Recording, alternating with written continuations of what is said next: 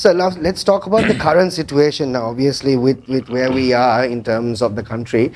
When the then Prime Minister was basically asked to step down, he resigned and he left, Mahinda Rajapaksa. There was a lot of chaos in the country. The SJP leader, Sajith Premadasa, was requested to come and take on the Prime Minister role by the then President. He refused. The second option was you, sir. Now, you went and met the President at that time. You also refused. Now, we know what the opposition leader basically refused for, and there were certain details that was given. We only know that you were called. We only know that you refused. We don't know why. So what was the reason? It was like this. Our party stance at some stage was, even my stance was actually, if we get the presidency, prime ministership, premiership, and also cabinet ministers, we must accept and run a minority government. Right. Of course, with some understanding with the other side, right, who have majority, because we had done it in 2015 after we got the government. Yeah. With 44 MPs, we ran the government for 1 year. Right. So under these circumstances, in the crisis situation, you can do that. Right. That was my thinking. But the party, others, the hierarchy, they had different ideas. Okay. Sajith was determined, adamant to say that he need the majority. Right. He not ready to accept anything without a majority. Then various others talking about the economy and various things. Right. They had various doubts. They had issues. They were wondering at some stage, shall we take it, whether we should take it, whether it's a risk, whether we can manage. A lot of questions are being discussed. Right. So that was the background, something like that. Right. Okay. At the same time, our people, the seniors who are advising Sajith also, there are a lot of too many, from my point of view, there are too many discussions. Okay.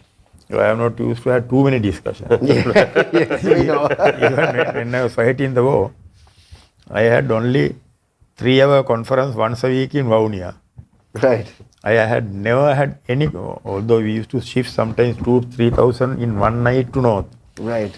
And sometimes dead bodies wounded, about 200 people are shifted to Colombo within a couple of hours. But I have never had any conferences after 7 o'clock night.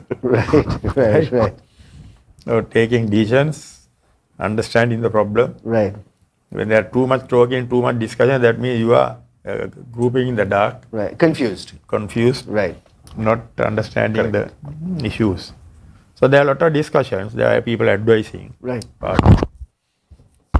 They were harping on Gotabaya leaving. Right. But I was thinking myself, the people in the country was also asking Gotabaya to go. Right. But on the other hand, I knew he had come with 69 lakhs of votes. Right. He will not be ready to leave just because we are asking him to go. That's right. Unless he also get a fair deal somewhere, come to some compromise. Right, yes. So under those circumstances, I think when Sajith was asked to take over, he had said the president has to go if I am to take over. Right. So Gotabaya was not in agreement with that. Right. Then that was his stance. Yes. Then the goal face episode took place. Yes. Attacking the people and yes. swimming in the bay and all that. yes. Then I can't remember the day. Anyway, 2 days before Anil, I think, took oaths as Prime Minister. Right. I got a message from Gotabaya. After 12 years, I had nothing to do with them all this time. Oh, okay. So there was no conversation between... No communication at all. Right, okay. Of course, during the 2019 presidential election, he was sending me a lot of messages. Right. Asking me to come and work with him. At one stage, he said, other than the finance ministry is ready to give any ministry to me. Right. There were messages coming later, but I didn't even respond. Right. Then this time, he sent me a message through a known person. Right. I said he wanted to have a discussion with me about the security situation in the country. Okay. Because this gold face attack and various problems. Right. the fire, the people are setting fire all to the over the country, houses. Yeah. They on fire. Then because of that, I decided to go. Right. Of course, I told Sajid and went. Right. I said, there is a invitation like this, I am going to meet him. Right. Then Sajid told me that different party discussing politics with him, so he requested me not to talk politics. Right. I said, don't worry, I am not interested. Right. Because when I went there, he spoke about 1 hour about security. Then suddenly he asked me, Sarath in Sinhala, he said, Yeah. මම ඔයාට හැමදාම කිව්වානේ එන්න මායක වැඩ කරන්න කියලා. මේ අගමැතිකම ගන්න. අද හවස දිවුරන්න ඔයා මේක ගන්න කියලා. He said something like that. Right. Then I asked him, why don't you ask Sajid to take over? Then he said, Sajid is asking me to go. Therefore, I am not giving it to him. Right. A very short and sweet answer. Right. Then I thought there is situation, there is chaos in the country also. Of course, I knew if I take any decision, I will keep my party informed. Right. Not only party informed, I'll keep the Aragale also informed. I will go to and talk to the party. Right. I might go to Goldface and talk to Aragale also. Right.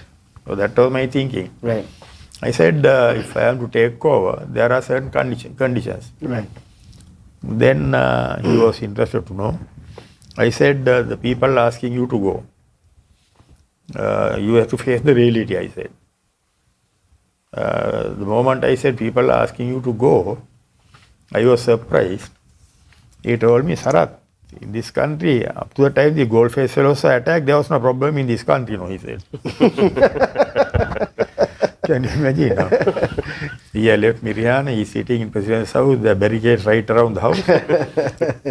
He's telling no issues in the country. So I didn't want to argue back on that. I said, anyway, the people asking you to go. I am not asking for the pound of flesh. But first condition, if I have to take over, you have to take a step back, I said. Because people want you to go. Right.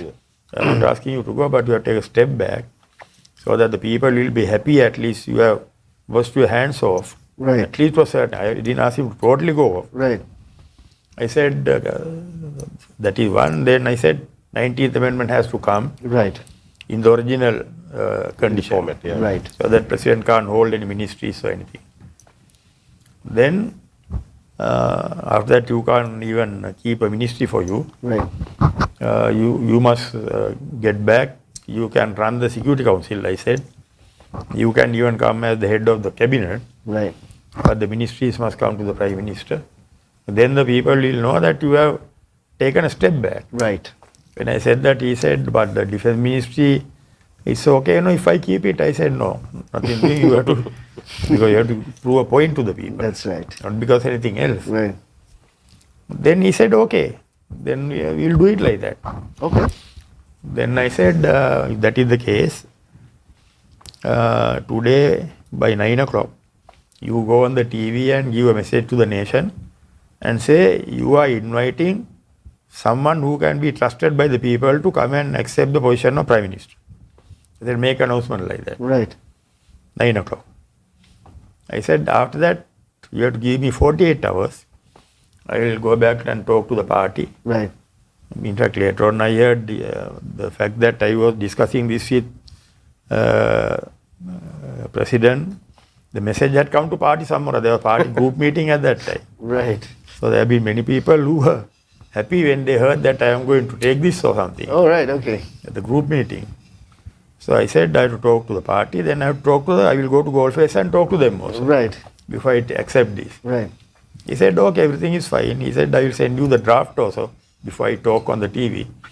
He said, I'll send you the draft by 7 o'clock. So I went home. Draft never came. But he went on TV and said exactly what I told him to say. Right.